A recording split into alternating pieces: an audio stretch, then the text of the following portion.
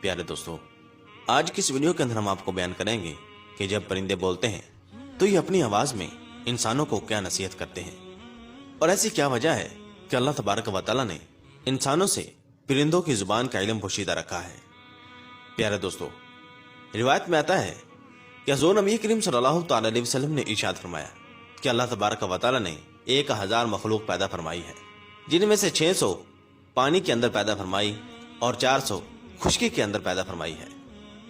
اور روایت میں آتا ہے کہ اللہ تبارک و تعالیٰ نے 100 محبتوں کو پیدا فرمایا، جن میں سے ایک محبت کو تمام مخلوقات میں بانٹ دیا۔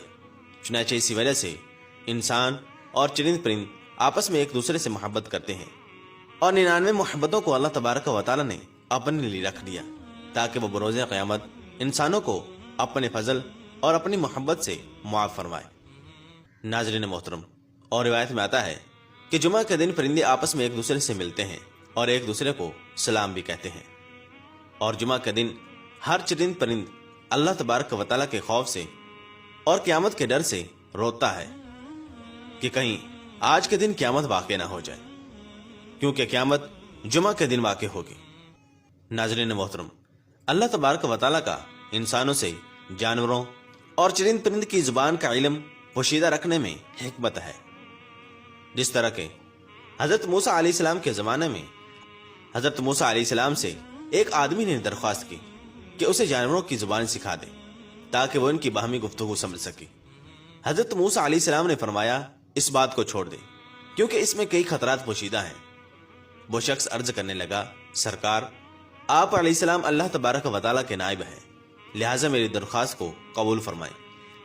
حضرت موسیٰ علیہ السلام نے فرمایا، یہ نہ ہو کہ کل تو پچھتائے، کیونکہ تو یہ نہیں جانتا کہ تیرے لیے کون سی چیز بہتر ہے اور کون سی نقصان دہ ہے۔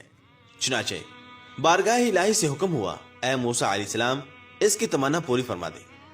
اس شخص نے کہا، اچھا، سارے جانوروں کی زبان نہ صحیح، صرف میرے گھریلو پالتو جانور کتے اور مرغ کی زبان سکھا دے۔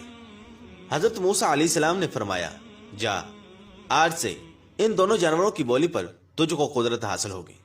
وہ شخص یہ سن کر خوش خوش اپنے گھر کو چلا گیا۔ صبح ہوئی تو خادمہ نے دسترخوان جھاڑا، اس میں سے رات کا بچا ہوا روٹی کا ایک ٹکڑا زمین پر گرا۔ چنانچہ مرغ وہ ٹکڑا اٹھا کر لے گیا۔ کتے نے کہا، دوست، تو دانہ دنکا کھا کر بھی اپنا پیٹ بھر لے گا، اگر روٹی کا ٹکڑا مجھے دے دے تو میرا گزارا چل جائے گا۔ مرغ نے کہا، میاں صبر کرو، خدا تجھے بھی دے گا، کل ہمارے مالک کا گھوڑا مر جائے گا، تم پیٹ بھر کر کھانا۔ وہ شخص ان دونوں کی گفتگو سن رہا تھا، وہ فوراً اٹھا، اس نے گھوڑا کھولا اور جا کر منڈی بیچ آیا اور نقصان سے اپنے آپ کو بچا لیا۔ چنانچہ دوسرے دن بھی روٹی کا ٹکڑا مرغ لے اڑا۔ کتے نے غصے میں آ کر مرغ سے کہا، اے فریبی، یہ دروغ گوئی کب تک چلے گی؟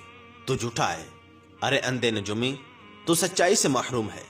مرغ نے جواب دیا، وہ گھوڑا دوسری جگہ مر گیا، مالک نے نقصان سے بچنے کے لیے گھوڑا بیچ ڈالا تھا، فکر نہ کر، کل اس کا اونٹ مر جائے گا اور تم خوب پیٹ بھر کر کھانا۔ یہ سن کر مالک اٹھا اور اونٹ بھی بیچ آیا۔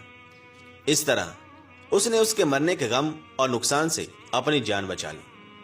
چنانچہ تیسرے دن پھر ایسا ہی واقعہ پیش آیا تو کتے نے مرغ سے کہا، ارے کم بخت، تو جھوٹوں کا بادشاہ ہے، آخر کب تک تو مجھے فریب دیتا جائے گا؟ مرغ نے کہا، بھائی، اس میں میرا قصور نہیں، مالک نے اونٹ بیچ ڈالا اور اپنے آپ کو نقصان سے بچا لیا۔ مرغ نے کتے کو تسلی دیتے ہوئے کہا، فکر نہ کر، کل اس کا خچر مر جائے گا، اسے صرف کتے ہی کھا سکتے ہیں، تم بھی جی بھر کر کھانا۔ مالک نے جب یہ سنا تو اس نے خچر بھی فروخت کر دیا۔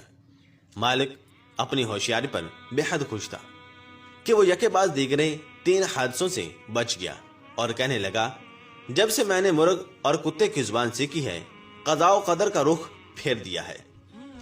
چنانچہ چوتھے دن کتے نے مرغ سے کہا، ارے مرغ، وہ تیری پیشین گوئیاں کہاں گئی؟